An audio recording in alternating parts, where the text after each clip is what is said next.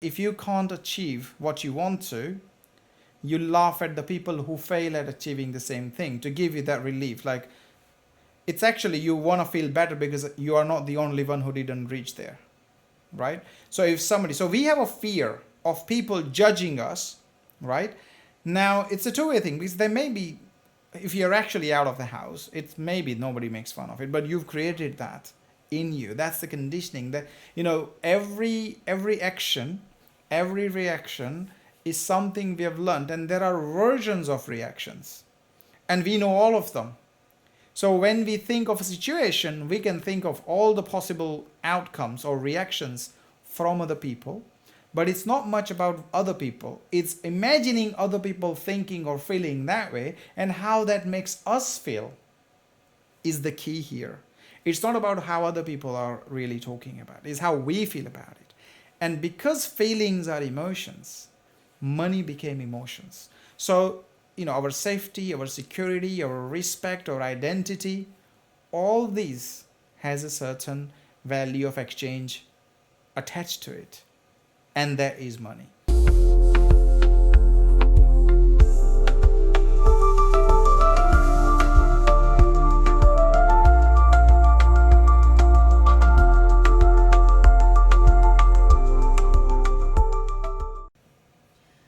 So, Pratik, we previously talked about conditioning and how it shapes our experiences and how it can kind of create escapes that we use to basically go through the daily life. And we also talked about love and relationships.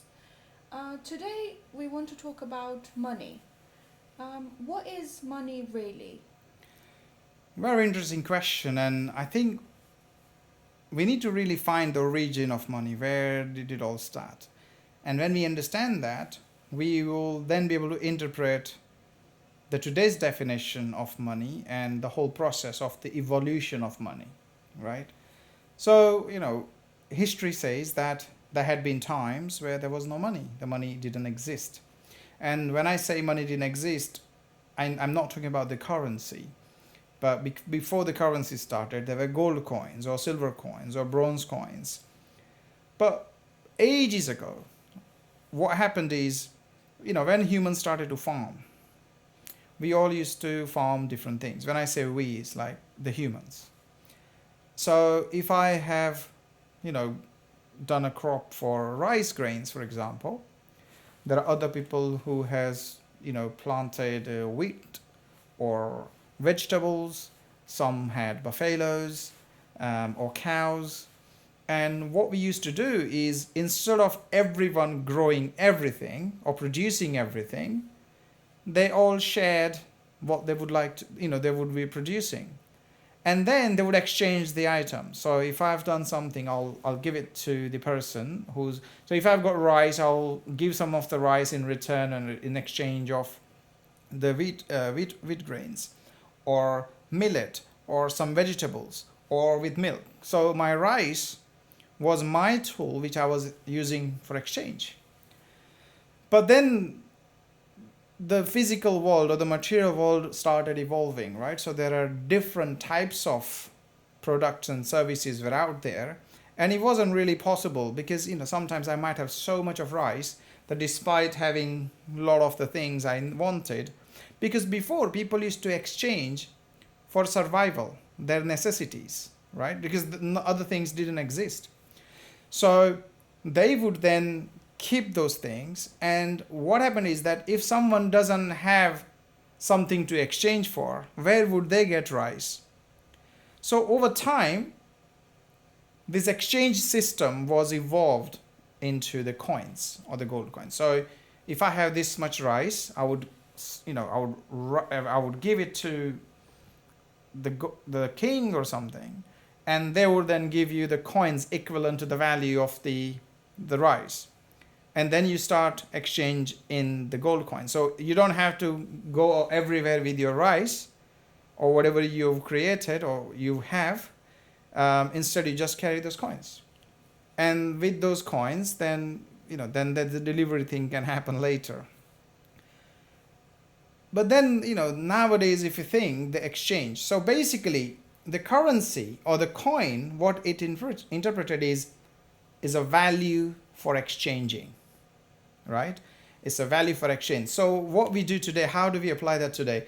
If we go to work, we give our hours of the work and our skills and whatever we are delivering, and we get in exchange a value which becomes the currency, and we can then use that value to receive other things. So we can go and have a dinner at the restaurant, or we can pay our bills or our holidays, anything.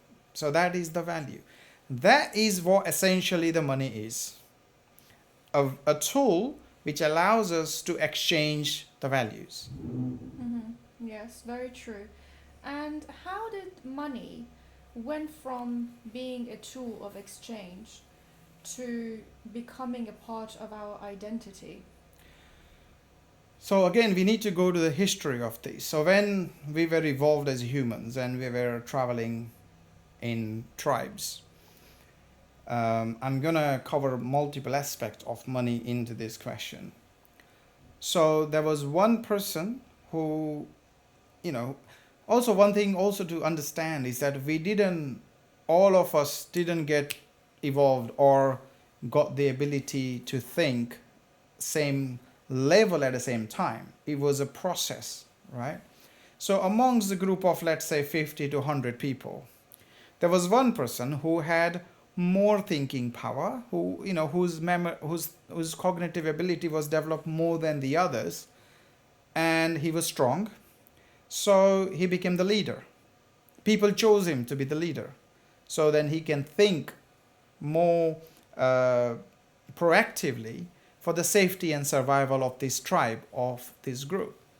He would then had other people to support, right? And they were having direct contact or relationship with this person, because they would discuss the strategies, like, okay, today for our group, we're gonna go this jungle and hunt for the food and bring, and these people will provide the safety and security, and these people will be cooking, and the people where we call general public would be then producing these grains and the things, whatever we are doing right now as a normal people, we were doing it at that time. So number of things was happening around this time. Number one is these groups, these tribes had a worry for their safety and survival, because there was no certainty about the food tomorrow, right? Before we started to farm, there was no certainty about it. So we were relying on the king or the other people that they're going to do something and bring us the food, right? So that feeling that our nervous system was programmed with this one sentence, that there may not be enough tomorrow. And this is a really powerful line, because after that, there has been thousands of generations, or more than thousands of generations, and this feeling only got stronger and stronger that there may not be enough tomorrow. And that is why we start to accumulate. So that's why, in today's time, if you talk about it, we just want to get more preserved for the future, right? And that's why we always talk about future planning and investment and all sorts of things to grow our financial portfolio, to have more assets, more securities. That's what we are really after, because there is a nervous system feeling that there is not enough tomorrow. Yeah, so that's number one thing to remember. The other thing is, if I give you a real life example, like when we were kids, we didn't know what attention meant. We didn't know what respect meant. We didn't know what abandonment is, right? We learned those experiences as we were growing up, right? So if I then compare this scenario to the olden time when we were newly evolved, people who was leader, everyone was giving him respect, everyone was looking up to him. And then the next layer where people used to give that respect is the helpers, because they now have a certain position in the management of this group. So in those days, the success was defined by who's leader and who are the supporters of the leader, or they are helping in the ecosystem or the management of the whole thing. But so people from the normal, ordinary group would always want to be in one of these positions so that the other people can give them more respect. So in other words, they needed to be more successful, whether it's strength, with physical strength, whether it's mental strength, so the intelligence. So we were running for those things to attain those states. Now this child doesn't have anything, he doesn't know anything, right? But he learns slowly that, okay, money is very important. Now he already has a subconscious thing which is running through generations that tomorrow may not be enough. And on top of that, what we are now saying is you have to earn money. Money is really hard to make, and money is really scared resource. If you're not careful, you lose it all, because that fear is still coming through generations. Now, because we learned this, we are seeing everything from that one particular angle, that is money. So instead of money became the way of exchanging the value, it now became a way to prove our status. And in olden days, when we were exchanging with goods, we had worry or not worry about if the things are going to expire, like the food has expiry. So if they expire, there's nothing you can do, right? So we didn't have an idea of preservation. Instead, you do the exchanges, and if it's all done, then you would just give it someone for free, because there was nothing more to get in the end. So we were able to do that, and that's why the people from olden time or people in villages are more generous about giving things compared to the one who is not living in villages and things, right? And that's because there was no sense, or there was no idea of preserving those things. But now money doesn't expire. Money stays with you, right? The currency doesn't expire. So as a result, in order to receive the status, you need to show that you are better than others, right? So the desire of having the status is running from those evolutionary process, that either the king or somebody as close to as king as possible would give more respect, more fame, more power, right? So we want that subconsciously. That's the desire the conditioning has really set, okay? So how do we demonstrate that we are better than others? So number one, have more money, have a better job. So that's why people, there was a time where people wanted to be doctors, people wanted their kids to become doctors, engineers, right? Lawyers, these big titles. Why? Because they received more respect in a society. So they wanted to do that. Yes, it's to help people, but there is an underlying desire, which is to have that status, right? That's educational. The second one is success, financial success, right? So the amount of money I earn, an amount of money I save, the amount of money I put into my assets, right? How many properties I've bought, what is my rental earnings, and how much more I can earn, right? That would decide, because it's easy to compare, right? If somebody's earning 10 million, somebody's earning million, easy maths. He's more rich. He's got more status, right? So that was easy. And how do you really show? Because nobody has come and asked me how much do you earn, and I haven't gone to anybody and asked how much you guys earn, right? So how do you really demonstrate your numbers? So that, in olden time, before the social media age, we were doing holidays, and then when we meet in a communal gathering, we talk about the holidays we've been to. We buy branded clothes, the more expensive clothes, so that we can show to the people that this is what we can afford, which means we have more status. It is acknowledgement. It's not in a negative way, it's positive way. It's we want to, we want to satisfy ourselves that we are having this status. I don't think other person really cares about it, but this is something we've created within us. We go to expensive restaurants and talk about it. So whatever things we are doing which is expensive or more valuable, we want to share with people. And now in current time it's become even simpler because you got social media.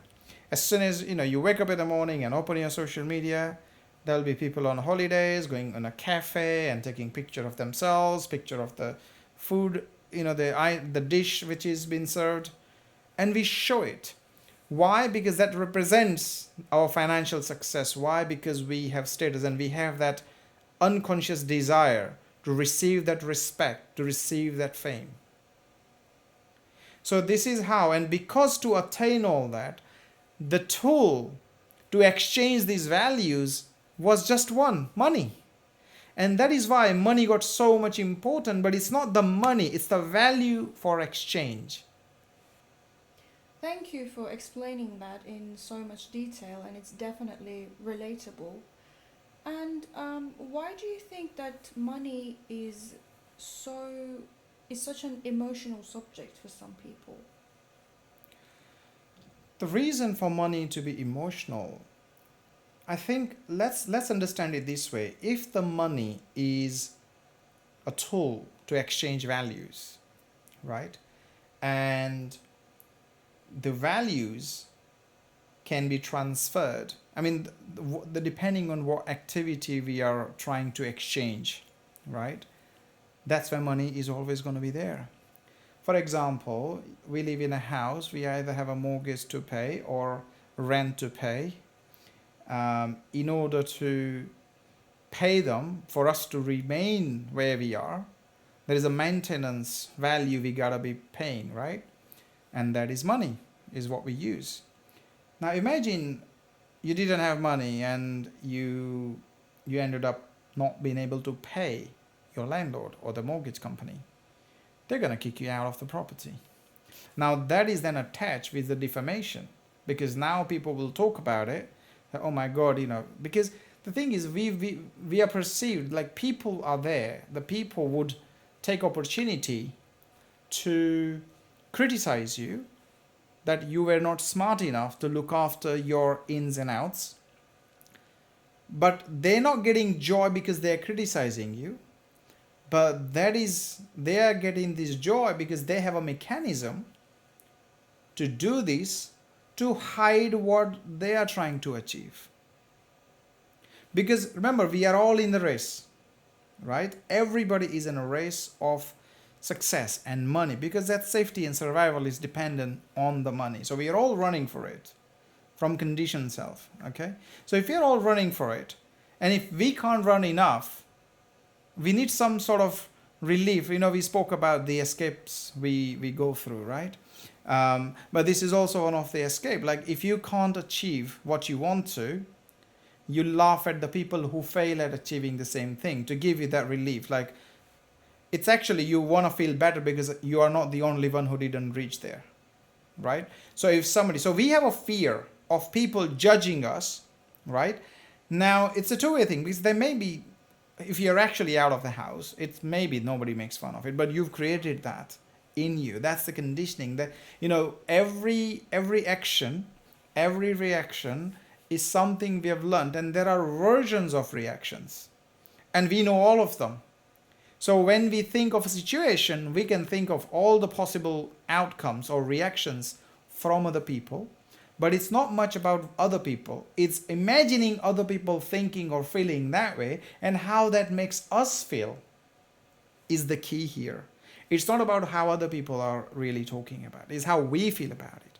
And because feelings are emotions, money became emotions. So, our safety, our security, our respect, our identity, all these has a certain value of exchange attached to it.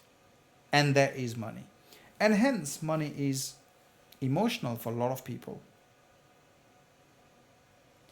This is all very fascinating, and of course, there's a lot to think about.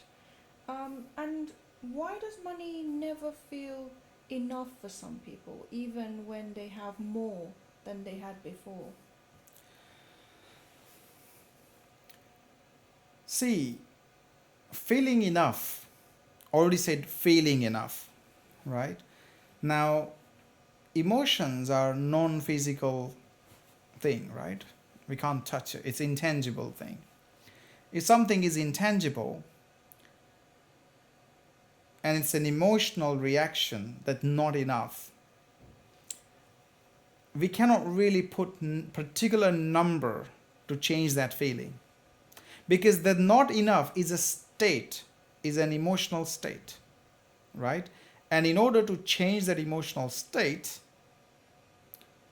it cannot be the number, right? So as we spoke earlier, that we were carrying this feeling that what if there is not food for tomorrow? What if we, today we don't have enough because there may not be something tomorrow. So that feeling is always there. That's the thing we are learning from the moment we are born, from our surroundings. We even listen to our parents talking and worrying about money. So we already had that it may not be enough for tomorrow. So what happens is everyone's enough is different, right? Everybody's different. So if somebody was earning, let's say, £1,000 a month, and they are struggling, and that's not enough for them, because you can always spend more than you can have, right? Because it's always possible. You can actually spend all of it. You can also earn all of it. But the way we've been programmed, right, is if you earn £1,000, your lifestyle and the things you would do, it's going to be equivalent to £1,000. And you'll feel that it's not enough. I wish, if I was earning £5,000 a month, my cost is 1,000, I would have extra money for saving, or I would feel better. And then you start earning £5,000. But then your cost is not going to be £1,000, it's just going to go up. So what happens is, okay, it could potentially end at certain number. But the reality is, feeling complete or feeling enough is an emotion, is a state. And because their state does not have a specific number, no matter how much you achieve, and not just money, it could be money, success, fame, everything. You find the people the way you wanted, you wanted them to love you, they are there, but you still will not feel enough. Why? Because when you started to feel that it's not enough, there was no number installed with it, like what amount can make you feel enough. So you might think, based on your current circumstances, that okay, once I make X amount, more than this, I'll feel enough. But when you get there, the feeling is still I'm not enough. So the number keeps changing, but internally there is no programming. Okay, if you hit 10 million, you're gonna feel enough. No, because it's an emotion, right? So only an emotion can change that emotion, and that is why we always feel not enough. So if you go to the richest person in the world, they would not say that okay, I've now earned enough and I don't want anything, if they are still operating from the conditioned self. Okay, they would still want to have more. How many people at the deathbed, and they would say if they had more time, they would have done this, they would have done that. So it still wasn't enough, whatever they did in their entire life. Yes, very interesting and quite deep to think about. And I specifically like the last bit that you said about the deathbeds. It's very interesting. How does the society turn money into a scoring system for life? So as we discussed briefly earlier, everyone, we somehow evolved to believe that we want to be the best, right? And there's nothing wrong in it. But the definitions of what is best was different for everybody, right? But what was so common? So no matter what activity we participate ourselves in, we want money, we want power, we want success, so that we have status. So if everybody wanted to be the king, obviously we cannot become a king of the whole world. But then you want to be the popular personality in your group or in your community. That's the status. And what happens is that this conditioned self, how we identify ourselves with, which we call I, the ego, which many philosophy use the ego, not in a wrong way, not in a proud or rude way, but it's identity, like me, and I am best. And why we feel that is got different, lot of other conditioning which we have touched upon here and there previously, and we will continue to do so. So I won't take much time on that. But because of this, I want to feel it's better. It's better than others, because then it's the king feeling, right? So we are then trying to demonstrate with ways where we can that will prove that this is my, I am number one, right? So again, if the money was there, created a tool to exchange the value, the more money you have, it shows how protected you are for your life, your future, right? It shows you are free to do whatever you want to, right? It gives you a feeling of people will look up to you because you've achieved more. But then, achieving and retaining are two different things, right? Because you can earn £1 million, but you can also spend £1 million, and then you're at the same place before having the £1 million. So earning is a different thing, and retaining is a different thing. And when we look at the scoring, is actually the retention, right? That's where the conditioned world is measuring the wealth or success at. I think, in physical world, what is the measurements or parameters of success can only be in material form, right? So in olden time, people used to measure wealth with the amount of gold they had or the land they possess, even today, right? But now there is a currency, and obviously people don't keep liquid cash, right? So they invest into places. They could be having a portfolio of investment, different assets, and those assets would grow. So the way people perceive this is who has the major amount of wealth, which means they have more possibility of surviving for longer. Because if I have 1 month expenses worth of assets, I can only survive 1 month. If there was no income tomorrow, if there was no value of exchange tomorrow, I can survive for a month because I've saved that much. That's my assets. So if someone has billions of pounds, they have more possibility of surviving for longer, the security, right? So in order to come to numbers, I think money was the easiest tool to measure, because that's the tool which evaluates the exchange, right? And hence it's the same tool is using. So I said, there are a lot of things we can do, and there are lots of different types of value exchange. And because money is there, it's going to take the power, because it's something we see every day, everywhere. But if we start seeing money in a different way, so for example, when you want to buy something, say this isn't money, but this is me working here for an hour, because ultimately where you got the money was actually from there, isn't it? And then you could be doing multiple things. Why just one job if you have to just put some value, like how did I make that money? And it would give you different context. But coming back to the real question is, the money was is a tool where we can quantify the wealth or a status in numbers, and numbers are the most logical way to measure something, and hence we use money to look at the success, because that's liquid, right? Everything else, if something's fluctuating, high risk, it is considered, a little bit less than the money itself. But money itself is, like Bitcoin or a cryptocurrency. You could have it, but then there is no certainty of their value.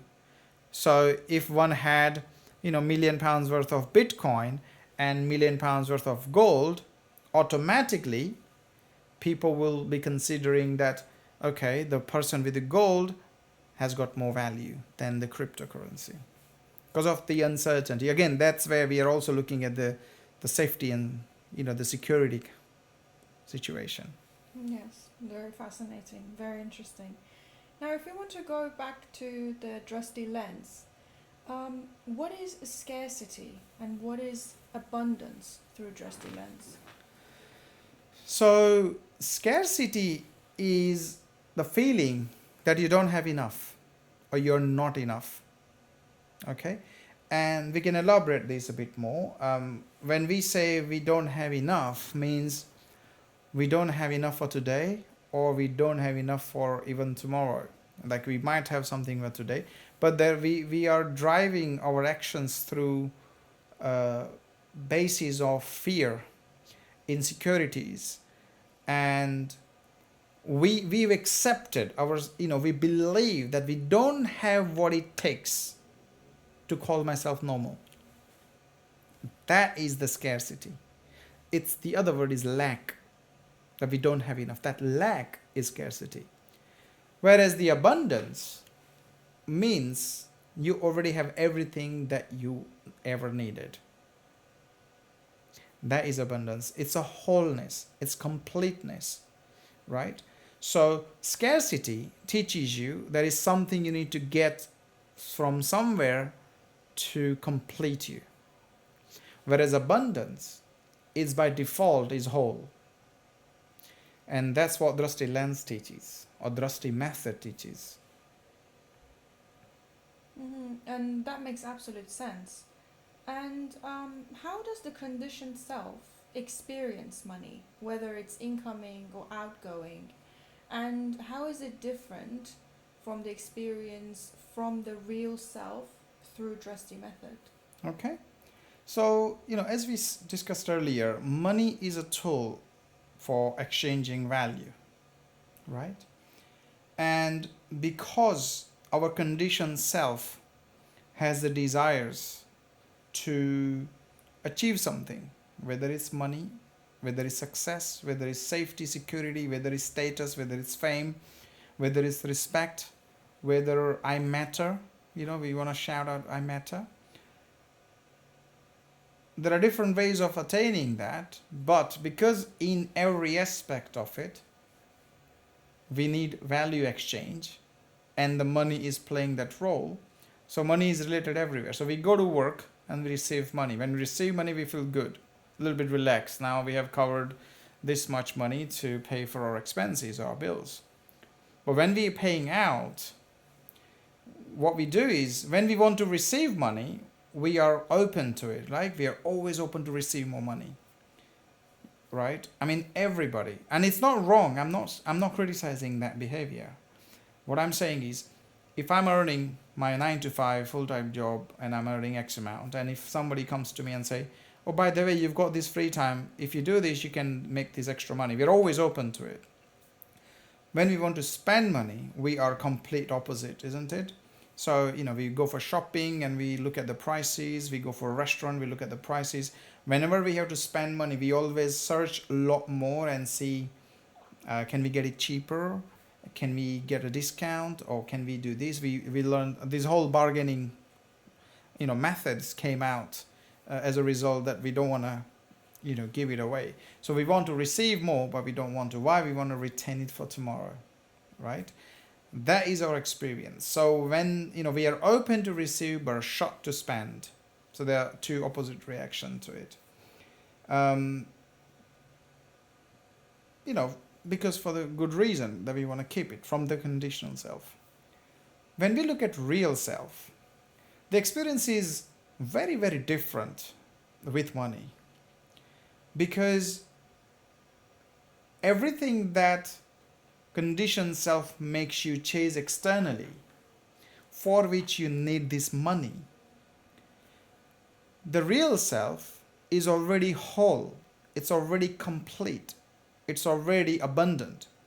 So when you're whole, when you're complete, when you're abundant, and that's your state, there is no concern about tomorrow, because you know there is enough. That state gives you that feeling. So, we were talking earlier that conditioned self has a feeling of not enough, and no number can fix it. And that's why we go for bigger and bigger numbers. Whereas wholeness doesn't need anything, which means it needs no number to feel fulfilled, because it's already fulfilled. The default state is fulfilled. And how that sees money is again real form of tool to exchange value. So when we live life from the real self, the whole self, there is nothing that can complete you. So, the idea of respect, the idea of security, the idea of, the status and self-worth are a product, or the outcomes of the conditioned self or conditioning system, which we have all been part of. But the real self is out of it. So it doesn't chase money, it doesn't chase anything. All it really does is experiences. Whatever is happening out there, it experiences. So the real self is operating from wholeness, and it doesn't need money, because money, the way we perceive money as a conditioned self, the real self is very different. Because despite having anything, the the state of wholeness is there. So for the wholeness, or for the real self, it only needs the necessities for the body. So it needs the food for survival, it needs sleep, right? And it reproduces. Everything else is experience. And we all know that our absolute needs are really, really easily manageable, right? If we eat 3 times, like breakfast, lunch, and dinner, it's easy to manage, right? If we want bed to sleep and a house to live in, it's absolutely manageable. If you can rent it. Anything more than this, right, are the desires to experience from the real self. So when you try to do something, you be the creative, you live the life the way you are living right now. So the external events are still the same, but your relationship with the expectations and goes away. There are no expectations, because for you to be in this moment gives you that fulfillment and joy. So when you have everything you need, you don't do it for anything, right? You do it because doing itself gives you that joy. So for us, sitting here doing this recording gives us so much joy that we don't really focus on what are the outcomes, what is the return on this investment, because from wholeness, this isn't investment, this is an experience of coming up with questions, trying to cover what most people are feeling and experiencing, and trying to resonate with their experience, and maybe giving them a way to see or feel things differently for the betterment, right? So this process gives us so much joy. Now, there is no expectation after releasing these episodes, because we're going to be busy with other one, then the next week, and we've got a lot of other things to do, right? Now, I'm not saying we're doing this for free. The money would come. We're not doing things for free. But whether money comes or not doesn't change our state. And the importance here is our state, the fulfillment. So when we are operating from conditioned self, we are chasing, we're doing things for money, we're buying things and everything, but our inner state is still not fulfilled. But when you operate from the real self, which is fulfilled, We still doing the same events, but we are getting more joy from participating in those activities. We're still earning money, we're still charging, but that doesn't necessarily has to come to give us the fulfillment. So if it comes, it's okay. If it doesn't come, it's okay. You become a flow. So you don't feel like you want to retain the money. So the way you receive the money, the way you would be happy to spend the money.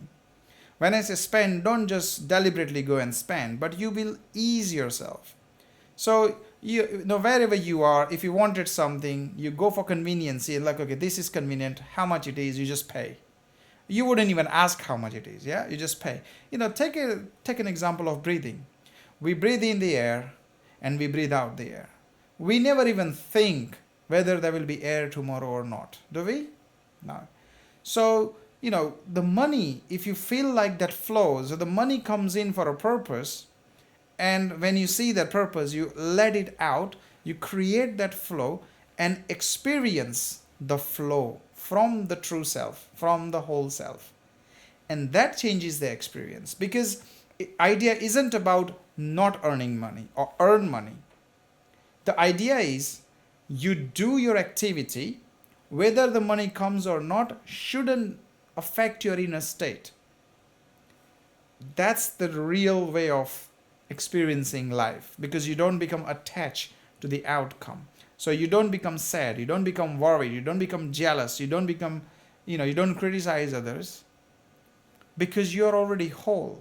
You don't need any mechanism, any coping mechanism for the things which didn't happen your way, because you don't start with an objective, you don't have a desire to fulfill. What you really have is the experiences, and engage with those experiences. That makes absolute sense, and thank you for explaining that difference. And I think that this episode has been quite enlightening, and I'm sure that the audience can agree with that. What can you suggest that our audience can first change in order to start changing their experience with money? I feel, this is my opinion, this is before my realization, right? I never believed in saving money or investing money. I always believed in spending money. And when I say spending, I wouldn't go crazy and buy stuff. But to me, experience was always the key. Like, I always craved experiences, knowingly or unknowingly. I don't know whether this was part of my journey or not. So if I had, like, say, £10,000, and if I saw something, I would be not thinking, and I would just put that money into that.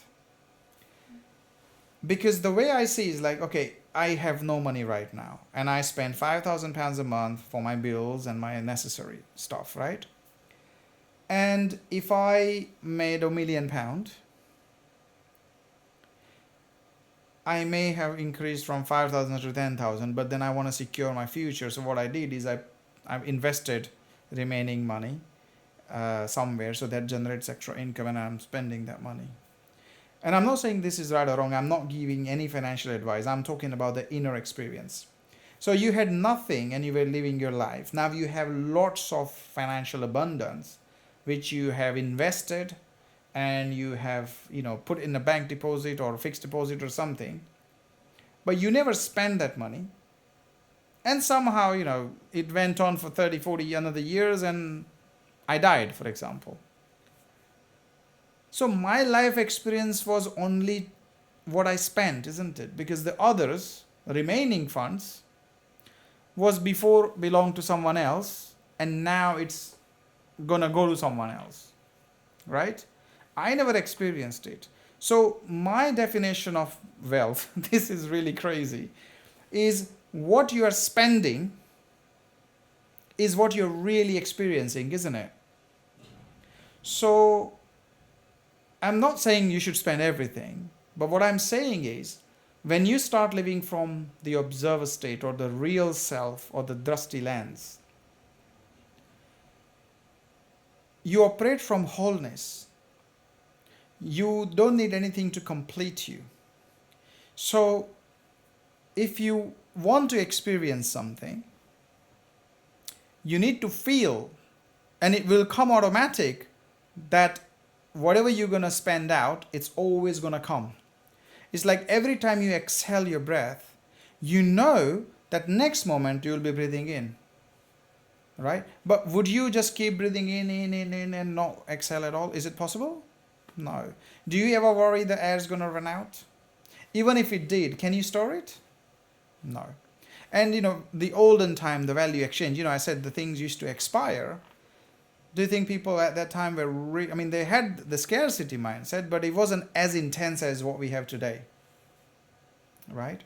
So what to take away is take the ease, and I think, if you really learn and experience what your true self is, when you experience that wholeness, you won't listen to anything what I'm saying right now, because your inner self will give you enormous amount of clarity on everything that you've been calling yourself, or the things you want to have, or the things you already achieved.